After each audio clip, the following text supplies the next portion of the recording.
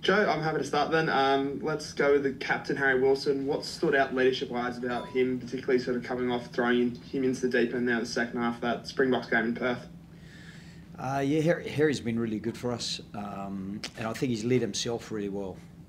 He has a natural propensity to express himself well, but with very few words, and I don't think that we want to be doing too much talking. It's about the actions that he's going to deliver, and lead from the front effectively. Harry's someone that was, in doubt for those first couple of games with a broken arm. How have you seen him grow in camp since being back here and back in the Wallabies environment after missing last year?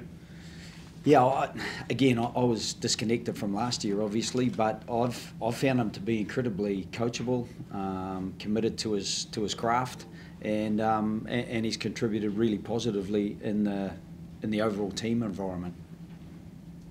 And just on debutant Hamish Stewart, as a guy that's been around a lot of these camps, but now gets his shot. What do you like about Hamish, and what sort of different dynamic can you add to this back line?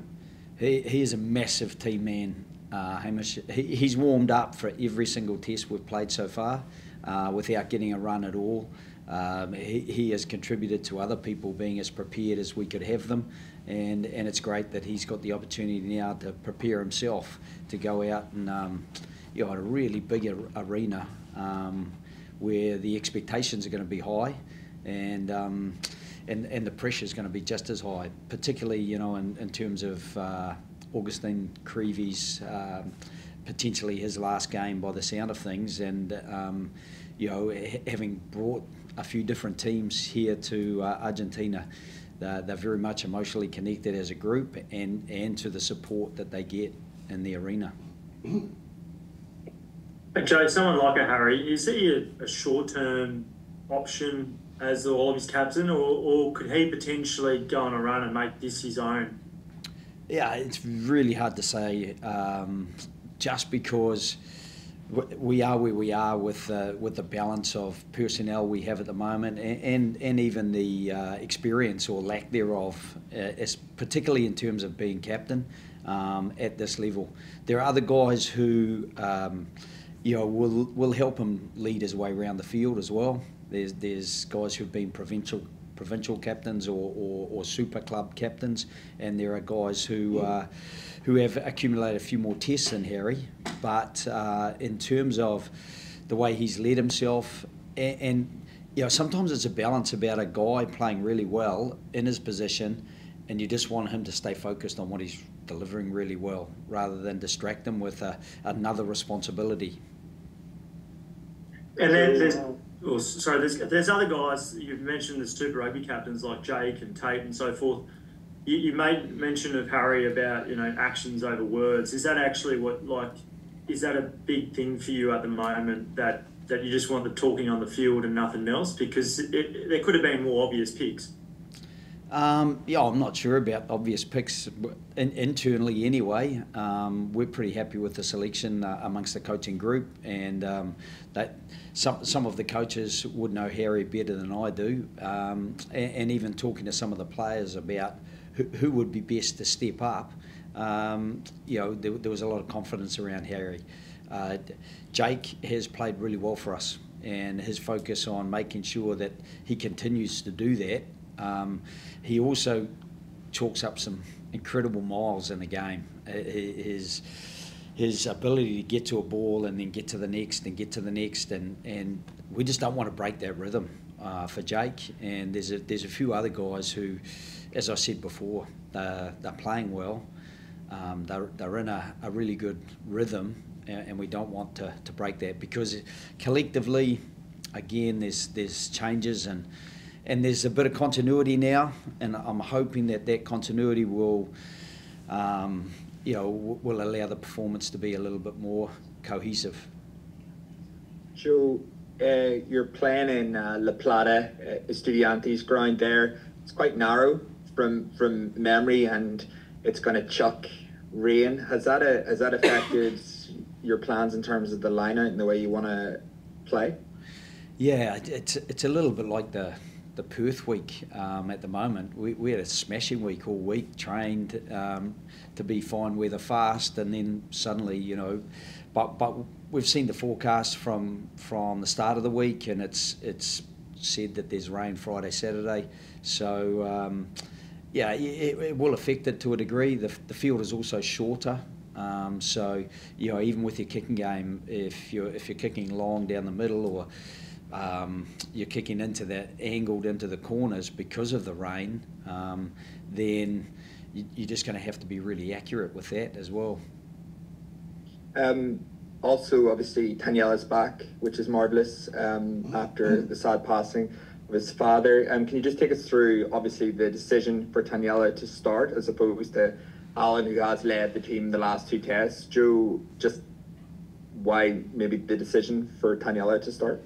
Yeah, it's a really tough decision because Alan has played well for us, and he brings a calm leadership to the group. But at the same time, when you're not in the starting 15, you tend to get less reps at training. Alan's already got a pretty good rhythm with us. Taniela's been away. So for Taniela to get the best entry into the game, we just felt that it was better for him to start. You can also control his minutes a little bit more easily as well. If he's coming off the bench, it's a little bit harder to know when to put him on, whereas we'll get an indication and have no hesitation helping Nella with Alan coming off the bench. So we feel like that was just the best way to do it in terms of reintroducing Nella. And just the final question from me on props, Joe. James Slipper, obviously he's so near that milestone. Was he close to getting in that starting 15 or on the bench, or did you just think, he's been through a fairly tumultuous and amazing time as well, let's give him a bit of a spell? Yeah, I had the discussion with Slips kind of a couple of weeks ago, really. He was joining us late after his new addition, and that's pretty exciting for him. So he's had enough excitement for 1 week, I think. Again, he's come in and helped other guys prepare really well because he is such a team-orientated, squad-orientated player. So that was already probably a preconceived plan, to be honest.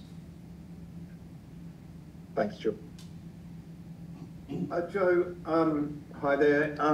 Tate McDermott yesterday was talking about the narrow approach that you've taken and how he wasn't used to it and he didn't feel the Super Rugby teams played that way. I'm wondering if you've noticed that they're taking a bit longer than you might have thought to adapt. Do you see that there is a big change in tactics from what the Super Rugby teams are? And are you happy with the kind of progress that the teams are making, putting into play what you're trying to do with them? Yeah, I probably just don't understand narrow, Tony, if you could define that for me in terms of... It was kind of his talk about that I've not got the exact quote here, but I can grab it. He's saying that it's a different way they want to attack. He said, we play a very expansive game and Joe's plan for us is pretty narrow. When we're narrow, that's the width we want to attack. So it's very direct and a skillful game plan at the line. Our adjustment period is probably not quite where we need it to be in regards to how we play Super Rugby and how we want to play here, because it's very different to how every Super Rugby team plays. I'm just kind of wondering if you do think it's very different to how they've been playing at Super Rugby, whether you've kind of trying to change that up and whether they are adjusting to it. I mean, they're Tate's words, not mine. Yeah. No, and I think that gives it a better context to understand it. I think one of the things is that we're pretty expansive against Wales and Georgia. I think we were pretty keen to get some width into our game against South Africa in the first one, but it was pretty torrential rain. It was wet in Melbourne as well in the second Welsh test. So, we haven't exactly been blessed with the sort of weather that lends itself to expansive rugby. I think one of the things around playing South Africa the last couple of weeks was around the width. If you stand wide, by the time you've made 2 passes, they land on the second pass receiver and they make your life very difficult for you. So if you can tighten up your passing, force them to come in toward you and then try to play around them or try to play through them, I think you just give yourself a better chance of not being knocked over by big men coming forward at high speed, particularly even through the middle of the field with guys like Jesse Creel and Damien Delonde, even Lacanio Arm, the big men who hit hard, and it's not mentioning the guys like Steph DeToy and the like. So if you're going to start throwing wide passes that they land on you with, you're going to get knocked around pretty quickly.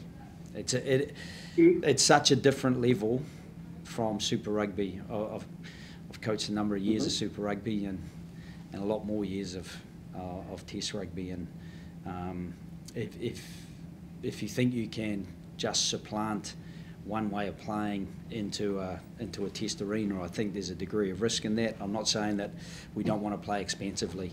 We just probably in the last couple of weeks haven't probably had the conditions and don't look like we're going to get the conditions again this week.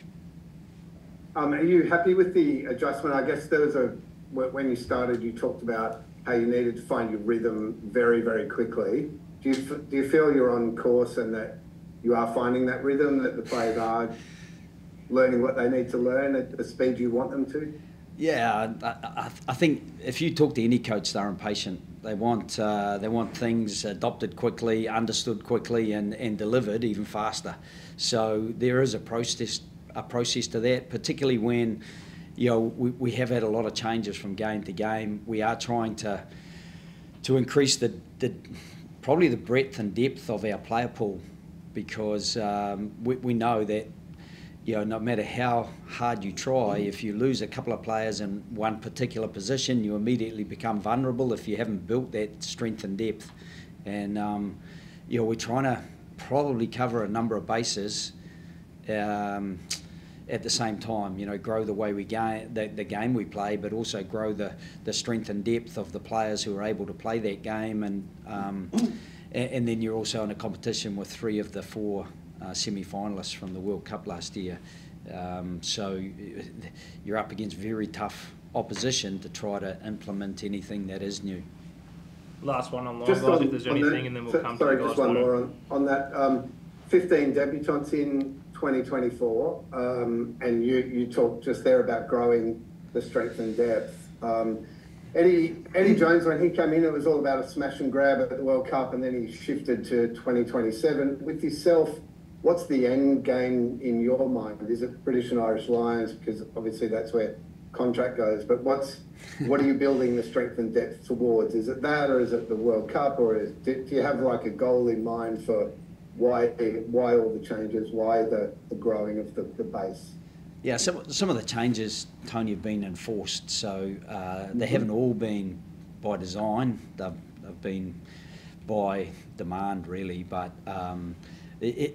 we are, and I know it's paradoxical, but we're trying to take a long-term view with a short-term focus. We're trying to win a test match on Saturday, but we're also trying to take a long-term view and invest in the development of a number of players that we believe will be able to provide a base of players for the Wallabies through to the Lions and through to that 2027 World Cup, which has to be part of any long-term planning, because it's going to be a massive opportunity to showcase the game and promote the game and be really competitive in the game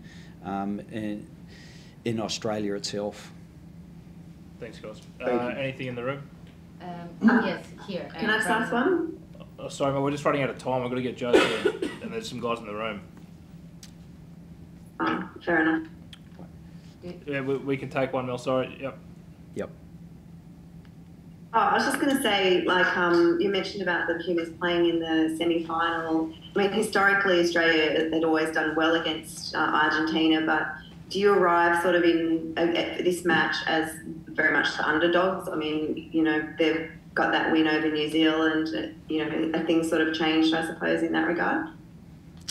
Yeah, it's not something that I overly focus on. I think externally, it's people have perceptions of how the game might go and who might be favourite and who might not be. I did have a chat to Felipe Contepomi a little bit earlier. I know Felipe well, and I think we're both pretty pragmatic as coaches. We're just trying to win the moments during the week that we need to invest in, and then try to be as competitive as we can be on Saturday. And the perceptions externally, we try not to be too affected by them. Obviously, Argentina won in Australia last year and got further into the World Cup, obviously, than Australia did. So in recent times, even in terms of their competitiveness against the All Blacks, I thought while the All Blacks got away on them in the first half, in their second game, it was 7-7 in the second half, and to spend a half that was 7-7 with what was a pretty rampant All Black team, I thought was an indication of just how formidable the Puma are currently.